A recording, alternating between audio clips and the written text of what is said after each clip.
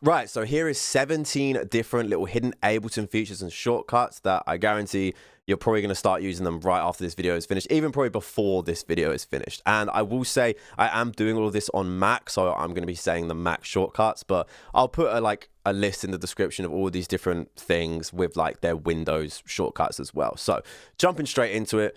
We've all been there spamming Command Z to get back to a certain point in our song. Well, what we can do now is hit Command Option Z and it opens up a whole undo history that we can just go back to whatever it was we needed. Number two, if we right click on our panning and press select split stereo pan mode, we get true stereo panning. So we can pan the left side and the right side independently. Number three, so if I open up my automation here, you see I've got some crazy automation that would take you years to edit. Well, what we can do is highlight it, right click it, and then press simplify envelope, and it makes it nice and easier for us. And then what we can do is we can grab these little corners while it's highlighted and we can make adjustments to the entire bit of the automation. Number five, am I on now? Command Option 0 gets rid of this bullshit thing here at the top that I don't know a single person that uses it. Next up, Shift and Tab lets you jump between your MIDI clip or audio clip view and your device view. And then next up, Command Shift W opens up a mixer window. So if you want a dual screen setup, this is perfect for that. Next, you're probably wondering what this yellow ball is that sits over the top of your plugins and devices and stuff like that. Well, you can actually use this to control two parameters inside of a plugin, inside of an effect. So I've just got my stutter plugin here. So what I can do is I can set this, I think this is the X-axis to, let's say, the speed of the stutter, and the Y-axis to the amount of the stutter. So now you can do cool stuff like this just without needing to open the plugin. Tell me how you want it. Number 10, 11, I don't know. So if you've got a drum loop like this that you like the sounds in it, but you don't like the beat or the pattern that's being played, well, what you can do is right click it and make sure it's warped, obviously. You double click it, select warp down there, right click it, slice the new MIDI track, and then set it to transient and drums gritty. And then now this will give you the drums to play your own thing into.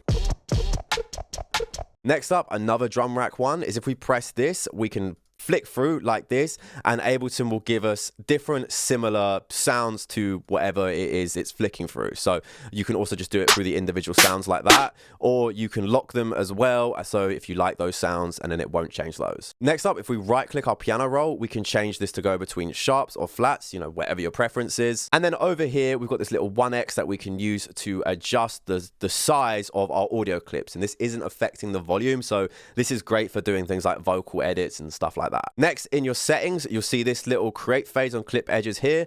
Turn that off. All that does is whenever you bring in a new piece of audio, it adds a slight fade at the start and a slight fade at the end. And this can be good in some circumstances, but when you're bringing in things like drum one-shots, you know, kicks, snares, and stuff like that, that little fading can just ruin the transience of your sound, so it's best just to have it off. Then in the export window, this create analysis file, turn that off as well. All that does is create a .asd file for everything you export. So if you're exporting a 20, 30 track, you know, stems for someone, it's going to give you an extra 20, 30 .asd files, and all they're used for is if it's someone else using Ableton, when they drag in all the files, it will instantly load everything instead of having to wait however long it is for all the things to load.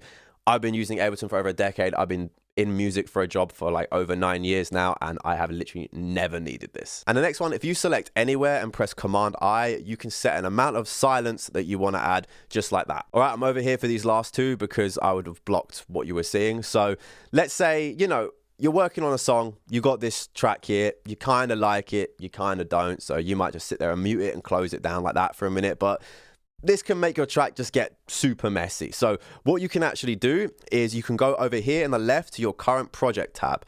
And what you can do is you can just drag that in simply like that, enter, let it get in there. And then you can delete this, work away your track.